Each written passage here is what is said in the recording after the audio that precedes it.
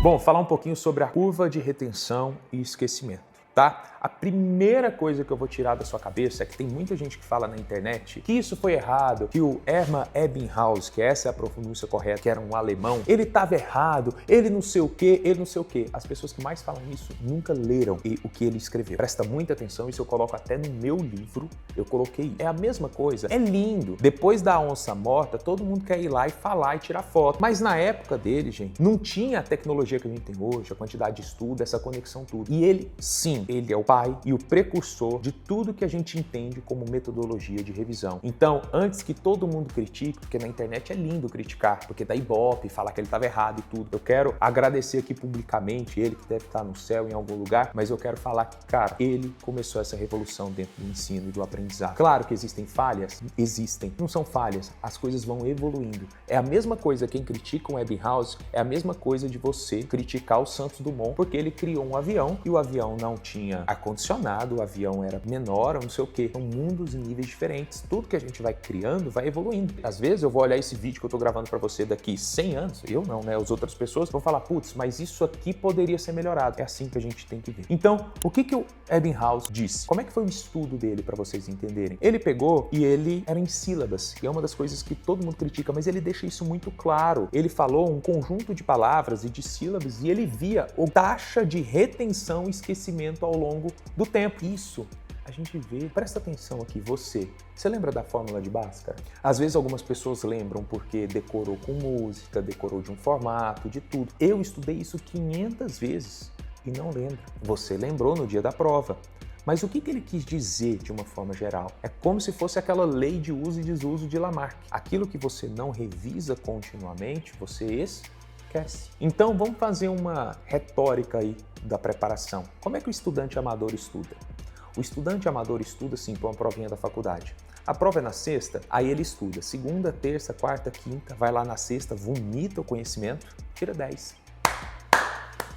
Parabéns, tirou 10, o seu objetivo está lá, você passou de semestre, passou de ano, e isso tá certo, não é que tá errado. Ah, Pedro, eu estudo só um dia antes da prova, tá tudo bem, você decora. Agora, vê aí 2 meses. Parece que o MIB, Homens de Pedro, foi lá e apagou sua memória. O que você lembra do seu primeiro período? O que você lembra do seu segundo? Poucas coisas. E foi o alemão Hermann Ebbinghaus que colocou isso descrito, qual que é a taxa que a gente esquece o conhecimento. Vou até colocar aqui para você, ó, a curva de retenção e esquecimento. Beleza, Pedro, não vou te explicar isso a fundo. Eu quero te explicar isso na vida. É isso. Você estudou uma coisa hoje, amanhã você esquece uma parte, depois de amanhã você esquece outra, daqui uma semana você esqueceu outra. Então, se você for pegar essa curva aqui de retenção e esquecimento, o conhecimento que você adquiriu no primeiro momento, ao longo do tempo, se você não revisa, ele vai caindo, até praticamente chegar próximo de zero. E isso é normal, porque o nosso cérebro, ele também prioriza o conhecimento. Agora, Pedro, isso dá certo de estudar pré-prova? Quando? Quando a prova, eu sei o conteúdo é pequeno, prova de faculdade, prova dessas coisas, tudo dá certo. Agora, se for vestibular, concurso, residência médica, não dá certo. Por quê? Porque os editais são muito grandes. O tanto de coisa que você tem que estudar é muito grande. E aí entra uma etapa fundamental no estudo que todo estudante profissional tem que ter, metodologia de revisão. E dentro das metodologias de revisão, nós temos vários tipos. Nós temos metodologia de revisão por percentual. Então você fez um bloco de questões. Ah, Pedro, fiz percentual mais baixo, você revisa mais vezes. Fiz um percentual maior, você revisa menos. Não gosto muito dessa metodologia. Por quê? Porque ela não personaliza. Ela é a mais fácil de executar. Você vai ver um monte de plataforma que tem isso, mas não faz sentido quando você entende o aluno como uma pessoa complexa. Por quê? Porque às vezes você pode ter feito um bloco de questões sem atenção, porque às vezes você pode ter feito um bloco de questões mais difíceis, porque às vezes você pode ter pegado um bloco de questões mais fáceis. Então tem N críticas em relação a isso, mas qualquer revisão é melhor do que nenhuma revisão. O formato que eu mais gosto de revisão é uma revisão que a gente chama de trimodal. Pedro, por quê? Porque você evita todos os vieses. O que é a revisão trimodal?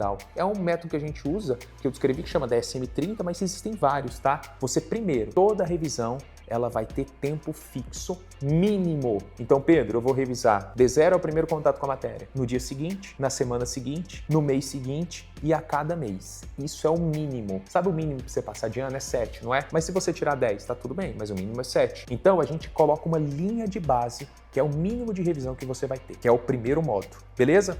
Associado a ela, vem o que a gente chama de revisão em cima de percentual. Só que essa revisão em cima de percentual, ela não é baseada só no percentual de acerto de questões. A gente usa percentual de acerto de questões, vou até deixar aqui também, lá na mentoria, o nosso dashboard, olha o tanto de coisa que a gente avalia. Então, a gente avalia o percentual de acerto da revisão de questões, nós avaliamos o percentual de acerto dos flashcards e nós avaliamos o percentual de acerto daquele conteúdo nas suas provas na íntegra. Ou seja, para eu ter certeza que aquele conteúdo você não sabe, eu avalio 3 níveis. Já viu aquele negócio do raio-x lá que o pessoal coloca? A importância das incidências? Então a gente olha também esse tridimensional do resultado do aluno. Por quê? Porque aí eu evito qualquer viés. Eu sei realmente se ele está falhando nos 3 pontos, significa que ele não sabe daquele conteúdo. E se ele não sabe, aí a revisão é mínima. Eu vou fazer intervenções em cima dele. E essas intervenções variam de N aspectos. Eu preciso entender qual que é a causa.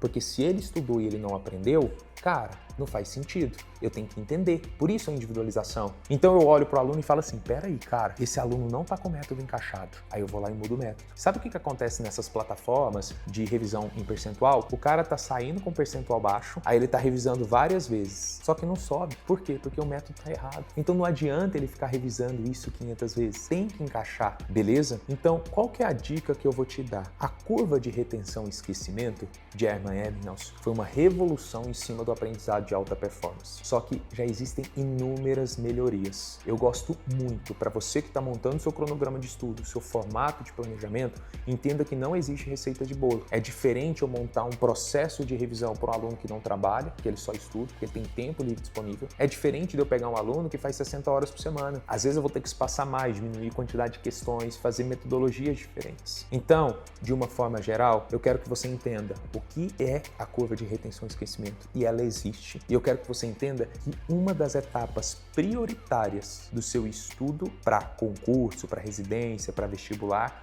é a revisão. Se você não revisa, e aí existem N métodos diferentes, se você não revisa com o método que mais se encaixa para você, você vai esquecer. Eu sempre brinco que é a dinâmica do balde furado. Imagina o seguinte, o aluno amador, ele fica estudando um monte de tema novo, colocando água em cima do balde, só que ele não tampa o furo, o balde é furado. Então ele está estudando o tema novo, mas está esquecendo o outro. Ele não consegue evoluir em percentual. Agora, Pedro, como é que eu tampo o furo do balde? Você tem que estudar tema novo para melhorar o volume de conhecimento e você tem que tampar o furo. Isso é revisão. Beleza? Coloca essa dica na sua vida. É fundamental, porque senão você não vai conseguir ter resultado. Às vezes o aluno chega para mim e fala assim, Pedro, eu tenho 4 anos de cursinho. Tem 4 anos que eu tô tentando. Eu falo, não tem 4 anos. Você fez 1 ano repetido 4 vezes. Por quê? Porque você não tá revisando. Então você tá revisando ano a ano no cursinho. Você está só indo lá e assistindo aula? E se você conseguisse fazer isso antes? Se você conseguisse intensificar isso?